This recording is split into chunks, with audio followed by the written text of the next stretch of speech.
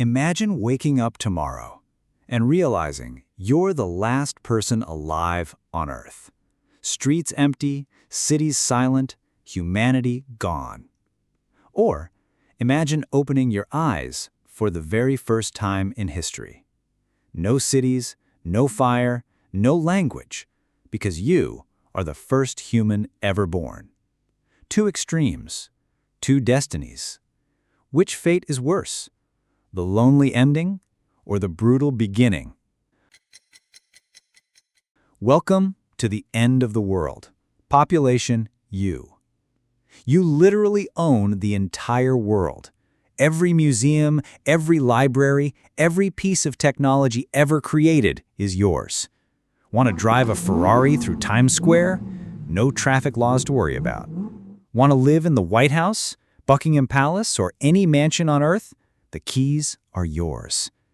You have access to humanity's complete recorded knowledge.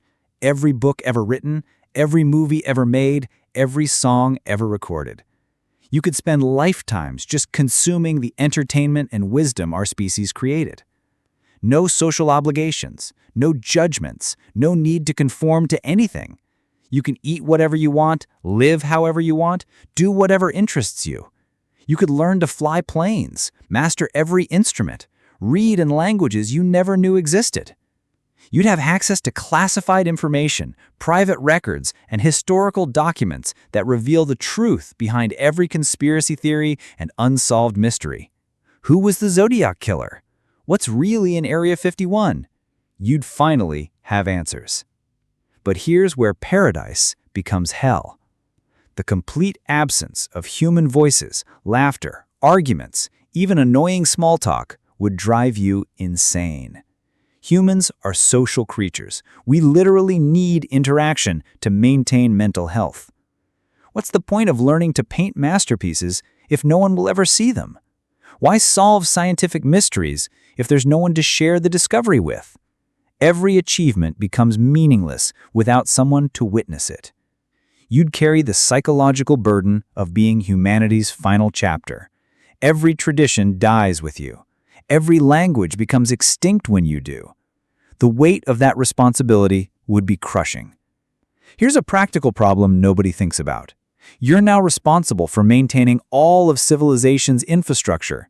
Power grids will fail, nuclear plants need monitoring, dams require maintenance.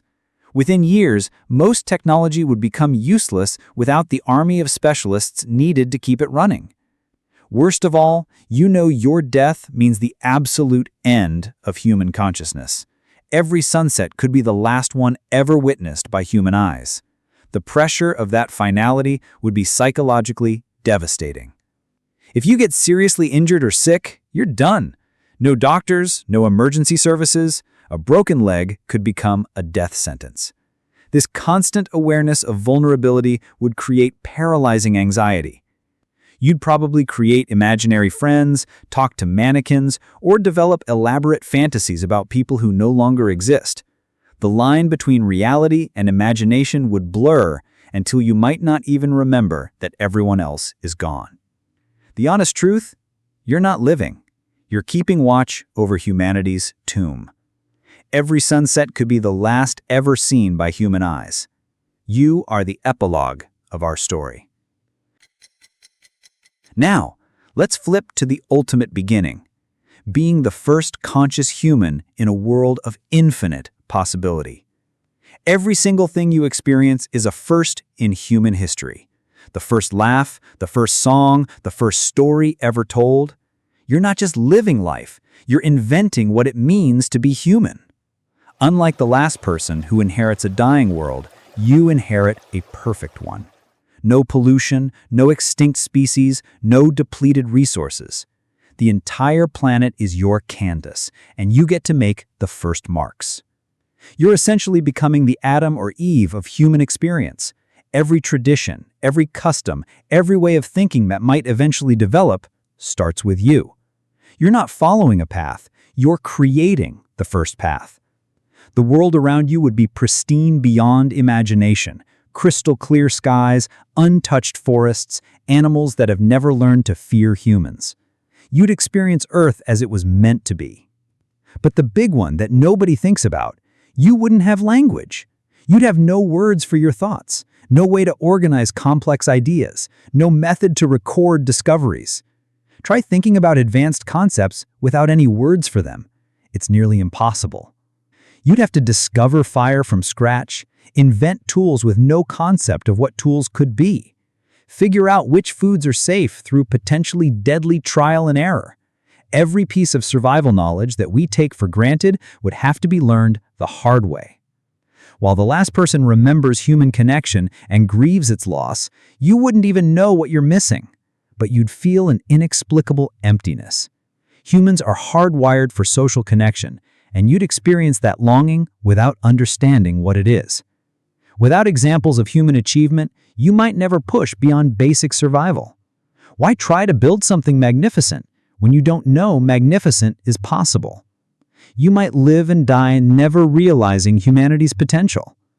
Every single thing would be impossibly difficult. We learn by watching others, by building on their knowledge. Starting from zero means everything, from basic hygiene to complex tool-making, would take decades to figure out, if you ever did. Perhaps worst of all, you'd have no framework for understanding existence itself, no concept of meaning, purpose, or even death. When you first realized your own mortality, it would be a unique kind of existential horror that no human has ever experienced.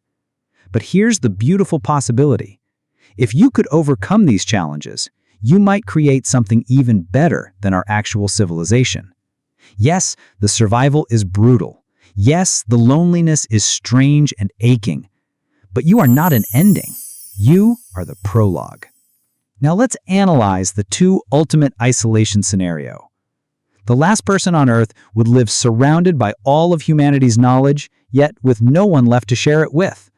Their survival chances might initially be higher thanks to the remnants of civilization, food reserves, shelter, technology, but the crushing silence and awareness of being the final chapter of humanity would slowly destroy their mind. In contrast, the first person ever born begins with nothing. No fire, no language, no tools. Survival is brutal and uncertain, but every step forward is a discovery. Every act, a creation that shapes the foundation of all future human life. Psychologically, the last person carries grief and the unbearable weight of memory, mourning what was lost. The first person feels a different kind of emptiness, a longing for something they cannot name, because they never knew companionship.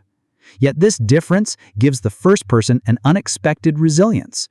You can't grieve what you never knew, and so their struggles would feel less like decline and more like progress. And here's the kicker. The first person might not be alone forever.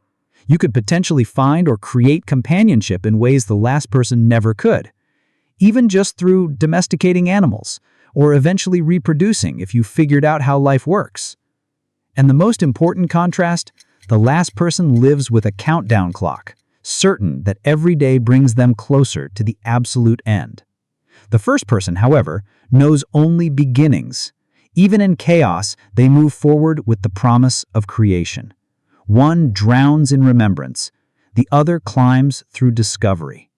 One is the silent ending of a story. The other is the brutal but hopeful beginning. So which fate is ultimately better? The answer might surprise you. As heavy as the burden of being the first human would be, it still carries something the last person can never have: hope.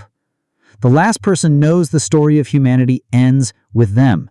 The first person knows only that the story is just beginning, and that makes all the difference. Let me know in the comments, which would you choose? To be the last one alive or to be the first ever born? If this video made you think about existence in a completely new way, that like button would mean the world to me. Until next time, remember, you're not just living life, you're creating it.